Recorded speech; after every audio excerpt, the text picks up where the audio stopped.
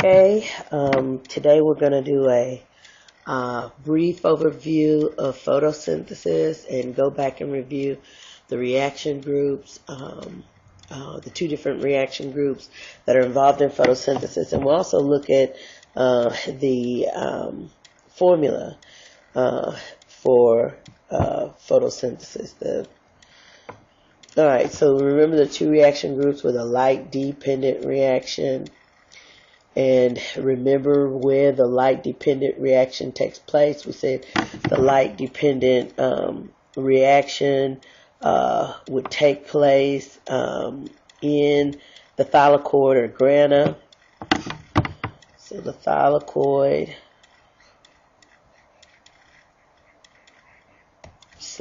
/ grana.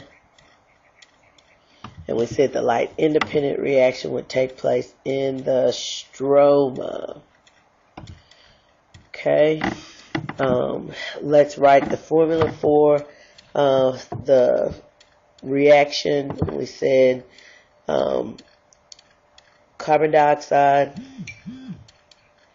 that would actually enter the plant through the stoma, plus water, which would enter the plant through the root system. And we said that this reaction will be fueled by the energy that's coming from sunlight or solar energy. So we can put sunlight, or we could put solar energy would help kick this reaction off. And we said that this would produce glucose. C6H12O6 plus the oxygen, which fuels cellular respiration. Remember how we talked about oxygen was important? It makes many of the reactions in the body go on, plus keeps our cells alive. But we said in oxygen it's going to be responsible for fueling cellular respiration, which takes place in plants, animals, and so forth. But anyway, so here's our formula. One of the other things in class, remember how we looked at this and we said that carbon dioxide was being reduced. So this is the reduction reaction. And we also said that water, because it's losing hydrogen ions and those electrons, there's a loss of electrons usually accompanied by hydrogen ions. We said water is actually being oxidized. So this is the oxidation reaction, and this is the reduction reaction. So let's look a little further. Now, if we were to go inside of the chloroplast, now we know that the chloroplast is actually inside of the cell itself. Remember that these cells have cell walls and they have plasma membranes. So we're going to draw this cell, but then we want to only focus on the chloroplast that's inside of the cell. So here's the chloroplast, and we know that the chloroplast has these coin-like stacks that we call grana, and they also have fluid that surrounds the coin-like stacks that's called the stroma. So here's the grana or thylakoid, and then the fluid that's surrounding the grana or thylakoid, that's going to be the stroma. So we want to focus on the chloroplast. So now we said that was inside of the cell. So now we just want to look at the chloroplast itself. So I'm going to draw this big old huge chloroplast. And inside of the chloroplast, I'm just going to draw one of these coin-like stacks. And we said the coin-like stack was the grana. So we know that inside of the grana is where we'd find the chlorophyll. So we know chlorophyll's job is to absorb solar energy. So that automatically tells us which reaction is going to take place here.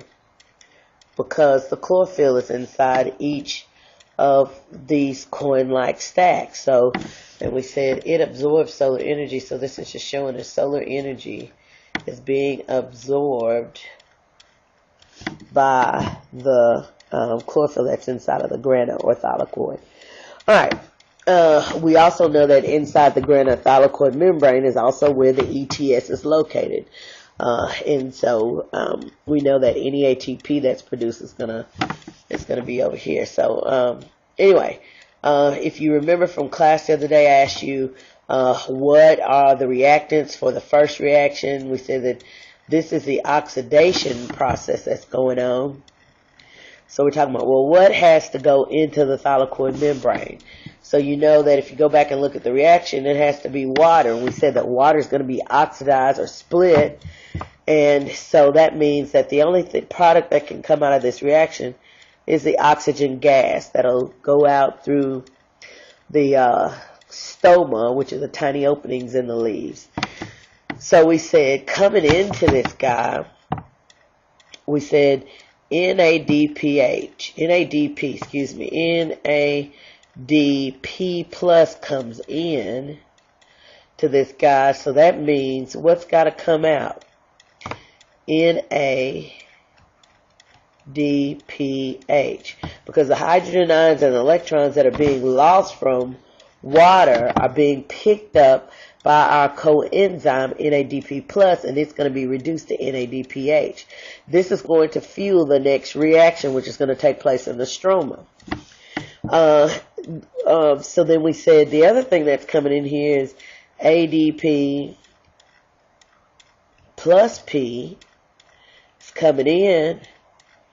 So then the only thing so we're going to create some energy. So what's going to come out? ATP is going to come out and help fuel the other reaction. So we have two things fueling the next reaction, which is our light independent reaction or our dark reaction or our Calvin cycle reaction, which is taking place in the stroma. So we said this was what? The thylakoid over here. So this fluid-filled space is the stroma, and this is where that the Calvin cycle is going to take place. So we said this whole thing is called the Calvin cycle or dark reaction or light independent reaction. So we said, well, what are the requirements, or what is the beginning substrate for this reaction? It has to be who? Carbon dioxide. And we said two things are going to happen to carbon dioxide. Carbon dioxide has to be fixed to this molecule called RUBP, which would result in a 6-carbon molecule that's going to split into 2 3-carbon molecules that are called what? PGAL. And then it would have to be, and then it's going to be reduced. And we said this is what's going to produce our carbohydrate molecule, C6H12O6. And we said usually PGAL times 2 is what's going to produce those two things. Okay? So carbon dioxide is a beginning molecule that goes in or substrate. Glucose is the molecule that comes out. Okay? We said the reaction is fueled by who? NADPH and ATP, those two. Okay, so again, we said this space out here is the stroma. We said these are the thylakoid or grana.